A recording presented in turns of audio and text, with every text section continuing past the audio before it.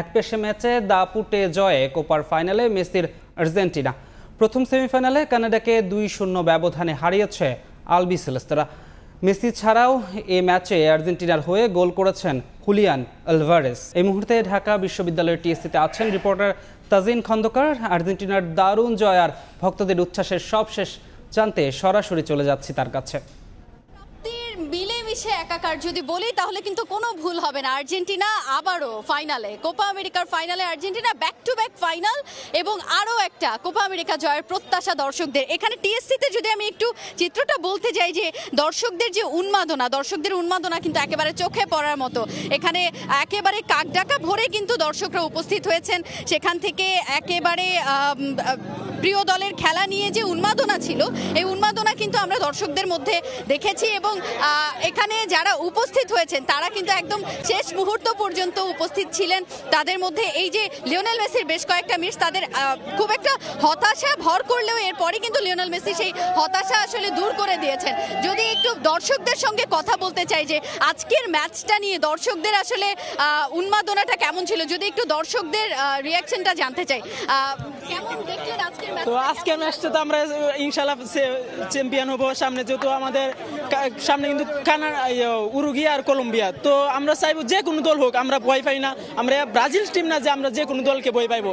আমরা হচ্ছি শক্তিশালী টিম, কোপা আমেরিকা ইনশাআল্লাহ চ্যাম্পিয়ন হবো। তো আমাদের এটাই প্রত্যাশা। দেখেন ব্রাজিলরা কিন্তু যখন খেলা হয়েছে তখন ব্রাজিলও সামর্থ্য ওই সাইডে ছিল, স্যার যখন আমাদের গোলকিপার কাছে গেছে তখন বুয়া চিল্লাইছে। এখন দেখেন ওরা সবাই চলে গেছে।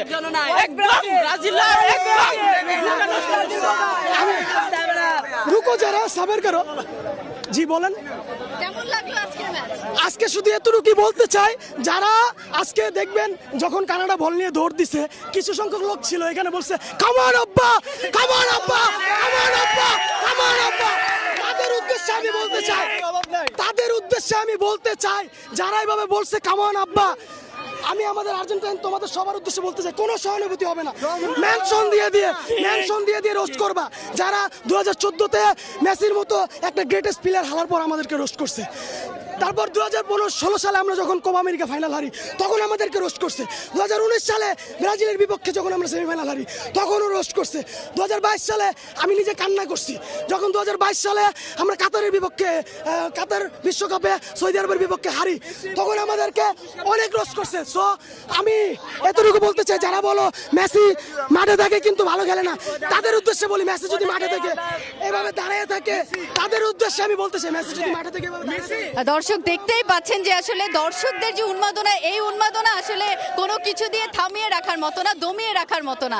দর্শকদের এই উন্মাদনা থাকবে, আর্জেন্টিনাও তাদের প্রত্যাশা একের পর এক পূরণ করতে থাকবে। এটাই তো আসলে প্রিয় দলের প্রতি দর্শকদের উন্মাদনা থাকবে। তো ঢাকা বিশ্ববিদ্যালয়ের টিএসসি প্রাঙ্গণ থেকে আর্জেন্টিনার জয় উল্লাসের এই ছিল আমার কাছে সবশেষ। সরাসরি যুক্ত ছিলাম ঢাকা বিশ্ববিদ্যালয় থেকে।